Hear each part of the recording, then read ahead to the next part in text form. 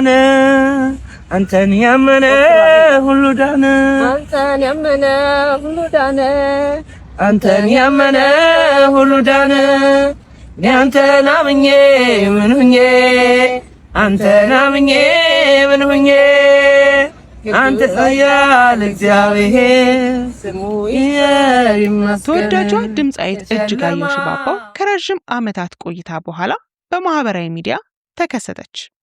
ይህንንም ተከትሎ የተለያዩ ሐሳብ አስተያየቶች እንዲሁም የፍቅር መግለጫዎች እየተሰነዘሩላት ይገኛል።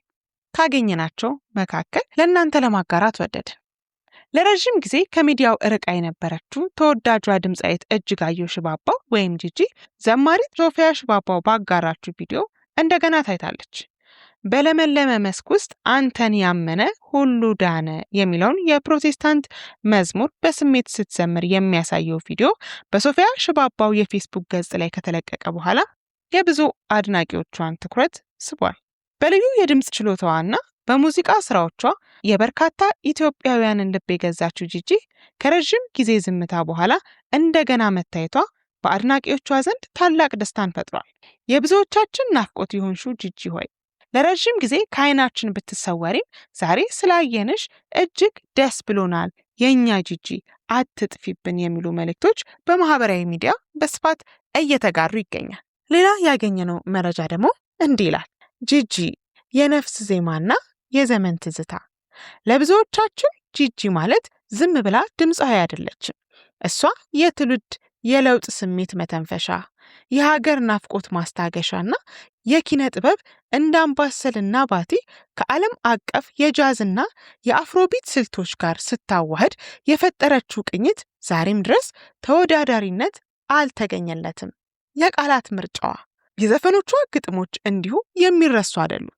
ከፍቅር እስከ ሀገር ፍቅር፣ ከሰው ልጅ ማንነት እስከ መንፈሳዊ ጉዞ በጥልቅ ፍልስፍና የተሞሉ ናቸው። ልብ የሚነካው የናፍቆት ጉዞ ጂጂ ጉድፈላ፣ አድዋ፣ ካህን እያለች ስታንጎራጉር በስደት ላለው የሀገርን ትዝታ፣ ሀገር ውስጥ ላለው ደግሞ የነፍስን ሰላም ትዘራለች። በተለይ አድዋ የተሰኘው ስራዋ የጀግኖች መስዋዕትነትንና የሀገርን ክብር በቁጭትና በኩራት ስሜት ለብሶ ማንኛውም ኢትዮጵያዊ በባዕድ ሀገር የሚሆን በትውልድ ምድሩ ላይ እንባ የሚያስተናንቅ ልዩ የጥበብ ማማ ላይ የወጣ ስራ ነው።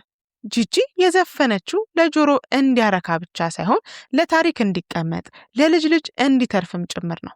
ጊዜ ያልሻረው ዜማ ሁል ጊዜ በልባችን ውስጥ እያስተጋባ ይኖራል። ስሟም በኢትዮጵያ የሙዚቃ ታሪክ ውስጥ በወርቅ ቀለም እንደተጻፈ ይኖራል። ረጅም ዕድሜ ከጤና ጋር። እንግዲህ ከዚህ ቀደም ቆየት ያለ ቪዲዮ በጂጂ ጉዳይ ላይ ሰርተን ነበረ። እንደሚታወቀው በዚህ ዓመት ወደ ኢትዮጵያ መታ የነበረ ሲሆን ነገር ግን በቤተሰቦቿ አማካኝነት ከኤርፖርት እንድትመለስ መደረጉ ይታወሳል። ይህም እንግዲህ ቤተሰቦቿ በሚጠየቁበት ሰዓት የመለሱት መልስ እንዲህ የሚል ነበር።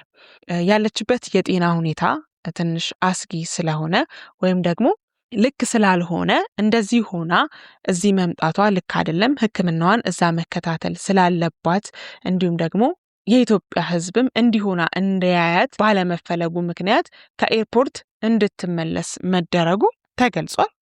እንደ እውነቱ ከሆነ ይሄ ጉዳይ የህዝቡን ሐሳብ በሁለት ጎራ እንዲከፍል አድርጎት ነበር። አንዳንዶች ልክ ነው፣ እንደዚህ ሆና የኢትዮጵያ ህዝብ ሊያያት አይገባም፣ እዛው ሆና ሕክምናዋን ተከታትላ ስትድን ብትመጣ ይሻላል ያሉ ነበሩ።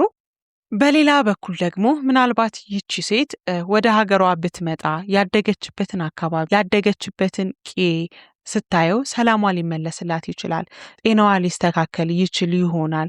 ምክንያቱም አንዳንድ የአእምሮ ታማሚዎች ወደ ድሮ ማንነታቸው ሲመለሱ የመረጋጋት ስሜት፣ ሰላም የመሰማት ስሜት ይኖራልና ከዛ አንጻር ወደ ሀገሯ መመለሷ፣ ከቤተሰቦቿ ጋር መገናኘቷ እንዲሁም ደግሞ ያደገችበትን የተማረችበትን ሰንበት ትምህርት ቤት የቦረቀችበትን ሜዳ፣ ወንዙን፣ ጋራውን፣ ሸንተረሩን ስታየው ወደ ሰላማዊ ነገሯ ልትመለስ ትችል ነበረ። ምክንያቱም ያው እንደሚታወቀው ጂጂ ከባለቤቷ ጋር ከተለያየች ጊዜ አንስቶ የአደንዛዥ እጽ ሱሰኛ ነበረችና ልጇም በባለቤቷ ምክንያት በፍርድ ቤት ከተወሰደባት በኋላ ትልቅ ውጥረት ውስጥ እንደገባች ይታወቃል። ባለቤቷም ቢሆን የአደንዛዥ እጽ ሱሰኝነቷን አስመስክሮ ነው አንድ ልጇን የአሳዳጊነት መብቱ እንዲሰጠው ማድረግ የቻለውና ከዚህ ጋር ተያይዞ በተፈጠረባት የጤና መታወክ ምክንያት አይምሯ ልክ እንዳልነበር ይታወቃል። እናም ቤተሰቦቿ ደግሞ ስላለችበት ሁኔታ ለኢትዮጵያ ሕዝብ ማጋራትም አልፈለጉም። እንዳሉት ከሆነ እንደዛ ሆና ኢትዮጵያ ሕዝብ እንዲያያት ለእሷ ካለው ፍቅር የተነሳ ለእሷ ካለው አክብሮት የተነሳ እንደዛ ሆና እንዲያያት አልፈለግንም በማለት ነበር በግልጽ የተናገሩት።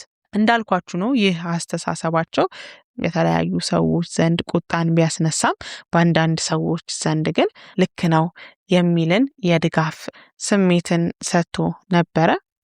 እናም ደግሞ ሃይማኖቷን ከመቀየሯ ጋር ተያይዞ አንዳንድ ጭምጭምታዎች እየተነሱ ነበረ።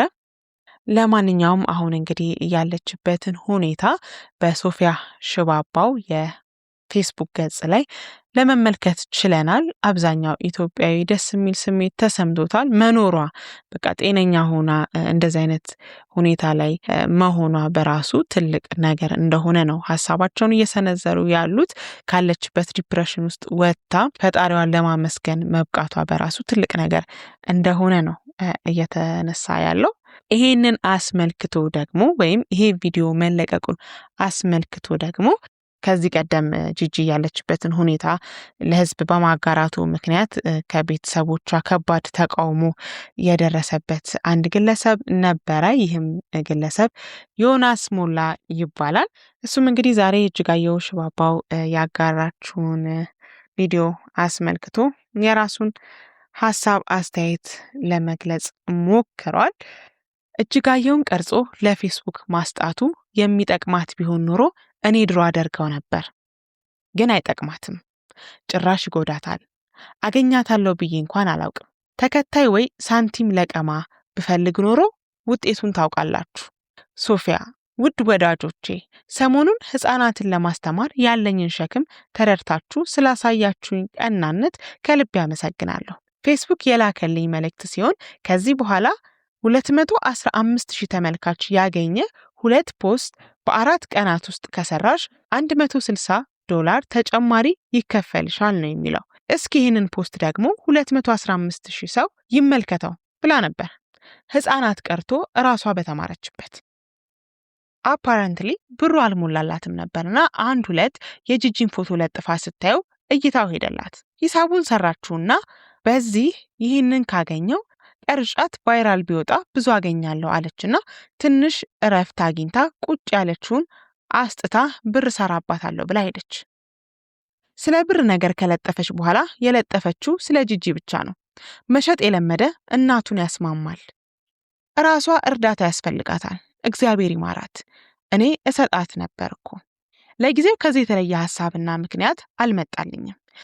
እንግዲህ ጂጂን አክብራችሁ ቁጭ ያላችሁ አሁንም በክብራችሁ ቀጥሉ። ገና ለገና ሶፊያ ለየላት ብላችሁ ከዚህ ቀደምም ከዚህ በኋላም ወዳም ሳትወድ የቀረጻችሁት እጃችሁ ላይ ያለ ሰዎች አትለጥፉ። በዚህ ነው የምንረዳት። ይህ ፎቶ ኢንጅባራ ዩኒቨርሲቲ ዶክትሬት የሸለማት ጊዜ ለነሱ ፎቶ ለመላክና የሰማችሁትን ድምፅ ለመቅረጽ ተነስቶ የነበረና ከዚህ በፊትም የእሷን ደህንነት ለመጠበቅ ግድ ሆኖ በምክንያት ተለጥፎ የነበረ ነው።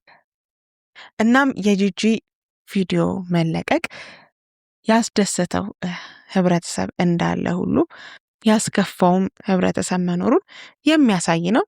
ጂጂ እንግዲህ ወደፊት ጤንነቷ ተመልሶ በሰላም ለሀገሯ እንድትበቃ እየተመኘን ለዛሬ ያዝነውን መረጃ ከወዲሁ አገባደድን። መልካም ጊዜ፣ ቸር ያሰማን።